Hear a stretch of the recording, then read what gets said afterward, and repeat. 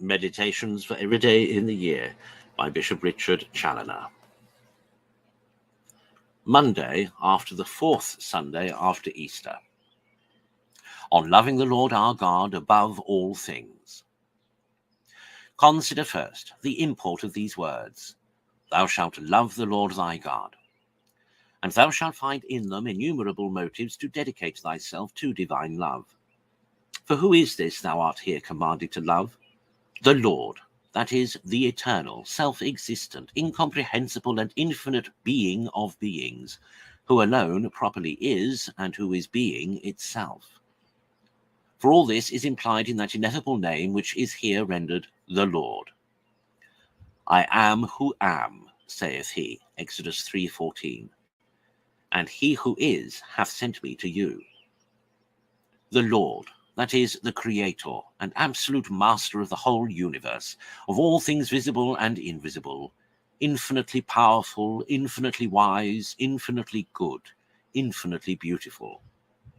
The one true sovereign good, infinite in all perfections, goodness, beauty, perfection, and truth itself, compared with whom all things else are just nothing at all. See, my soul, how many motives thou hast to love this great Lord, who comprises in himself all that is lovely and charming, who is the immense ocean of all good. Consider, secondly, the motives of divine love implied in those words, thy God. For as much as they signify that this Lord of infinite majesty is also pleased to be thine. Yes, he is thy God. He is thy first beginning and thy last end. He is thy Maker, who has made thee for himself, and who many ways daily communicates himself to thee. He is thy Father, thy spouse, thy pastor, thy keeper, thy constant benefactor, thy ever faithful friend, thy ancient and most disinterested lover, thy sovereign good and the source of all thy good, for time and eternity.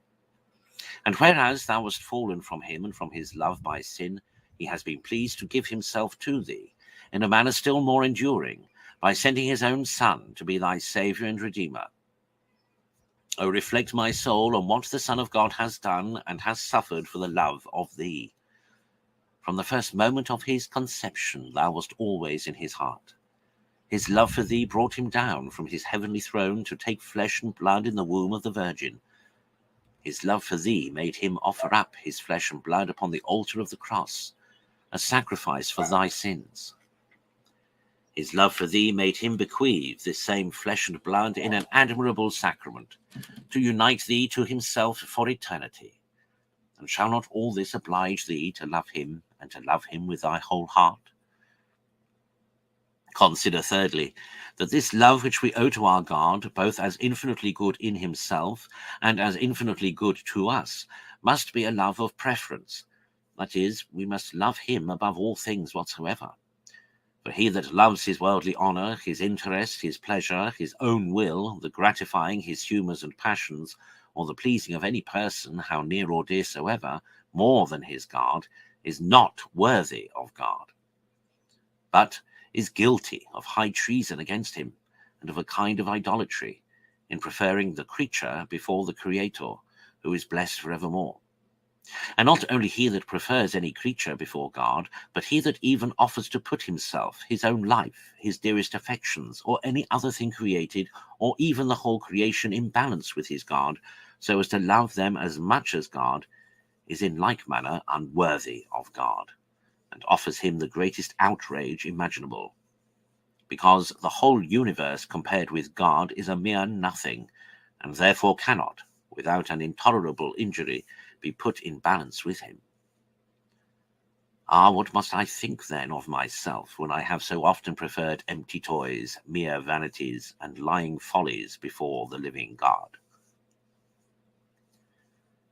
Conclude henceforward, at least, to love the Lord thy God above all things, and nothing else with him, but what thou lovest for his sake, and with relation to him. Cry out with St. Michael, Quis ut Deus? Who is like to God? And who but he deserves our heart?